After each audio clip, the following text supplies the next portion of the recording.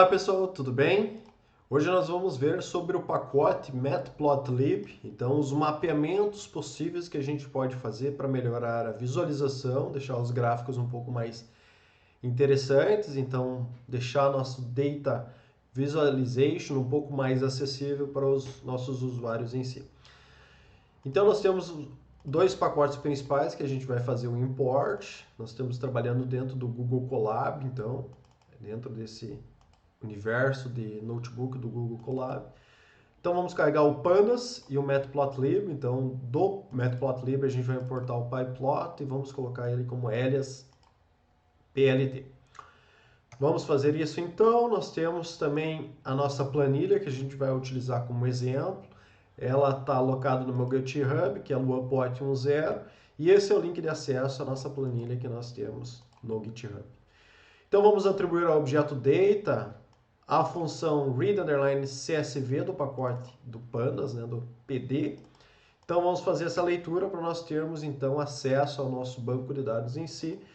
E após isso vamos fazer uma visualização prévia, né? Vamos utilizar o head, então data.head, abre e fecha parênteses, nós temos então a visualização desse nosso data frame. Nós temos as colunas N, latitude, longitude, class, underline, espécie, B0 até B4 GCVI.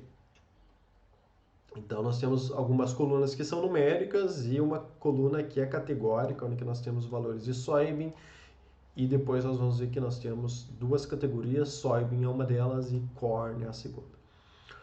Então pensando no mapeamento dos nossos gráficos em si, nós temos um mapeamento por posição, então que grande maioria dos gráficos ele nos proporciona esse mapeamento, né, para visualização, os gráficos de 2D. Então nós temos o X e Y, nós temos mapeamento por cor, mapeamento por size, que nada mais é o argumento OS dentro do Matplotlib, marker, então diferentes formas, né, diferentes shape, o alpha, refere-se à transparência do nosso gráfico em si, o color, pensando no preenchimento e não questão da coloração de um atributo, e o line style, que é o tipo da nossa linha. Então vamos começar com o mapeamento, então uma atribuição da posição num gráfico, né, utilizando o nosso Matplotlib da linguagem Python.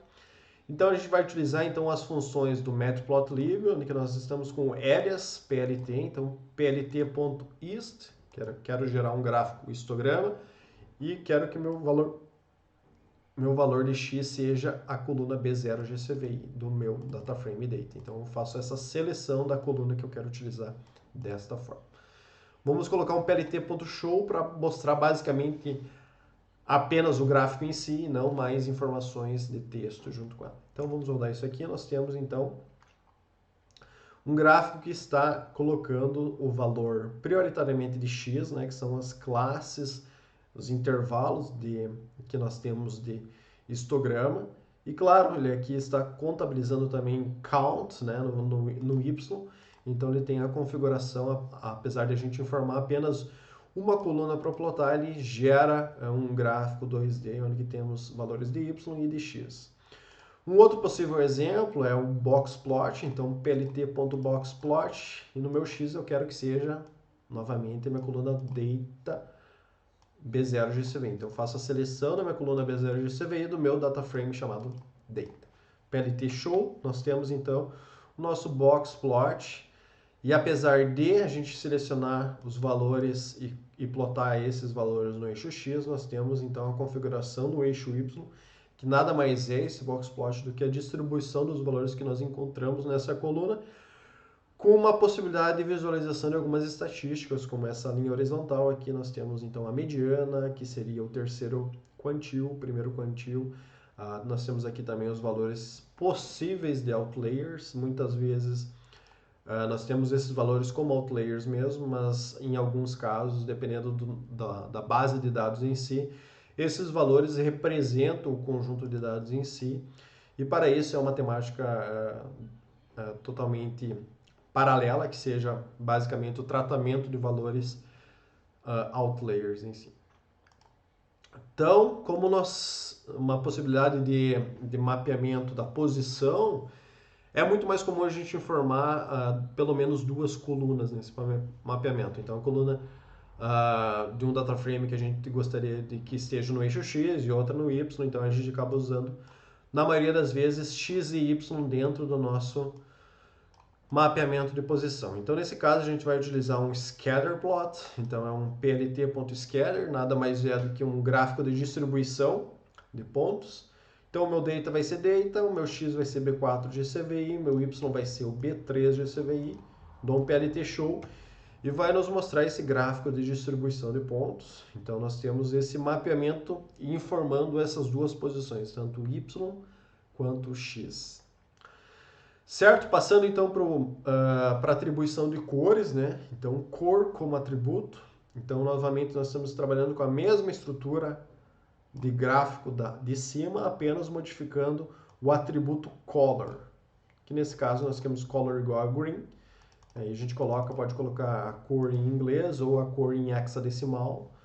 E esse argumento color, ele pode ser basicamente um Czinho também. Então tem essas duas possibilidades de trabalhar. Então a gente está modificando a cor do nosso gráfico globalmente, não com base em uma coluna específica, mas sim com base em um todo, então com o argumento C ou color.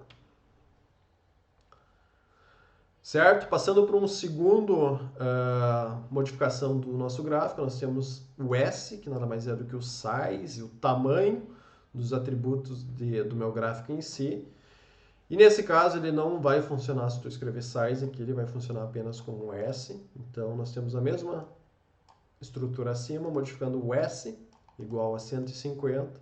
E esse valor aqui vai ser um valor iterativo que você vai colocar, vai visualizar se é isso realmente que você quer e vai modificar de acordo com o que lhe interessa. Então nós temos aqui um S igual a 150, aumentou visualmente os atributos, né, os marcadores desse meu gráfico acima. Certo? Passando para o marker, então nada mais é do que o marcador. Então aqui acima nós temos um marcador circular e aqui a gente vai estar modificando com o marker. Então a mesma estrutura acima, modificando marker igual.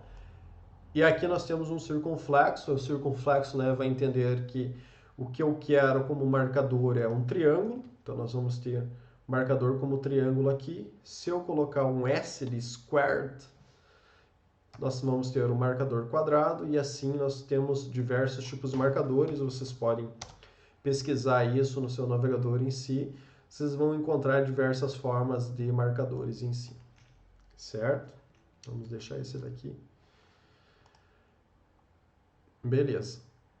Próxima modificação que nós podemos ter é o alfa, então a transparência do meu gráfico. Então a estrutura segue a mesma, eu modifiquei alfa igual a 0,5. Então uma transparência de 50%.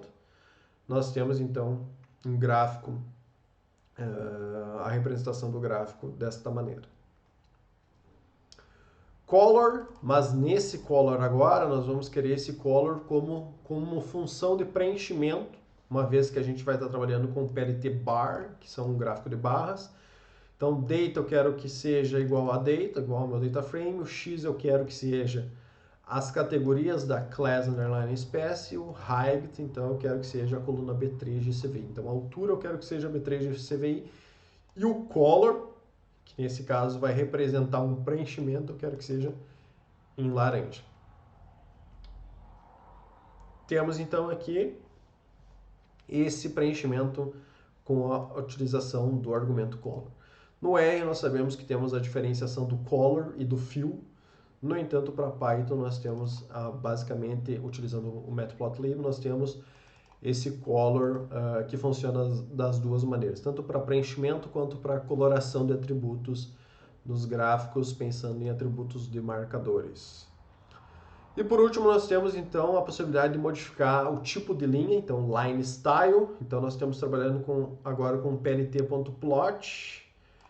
Meu x eu quero que seja o n, que nada mais é do que um valor de 1 a 100. E o meu data eu quero que seja a coluna B3 GCV.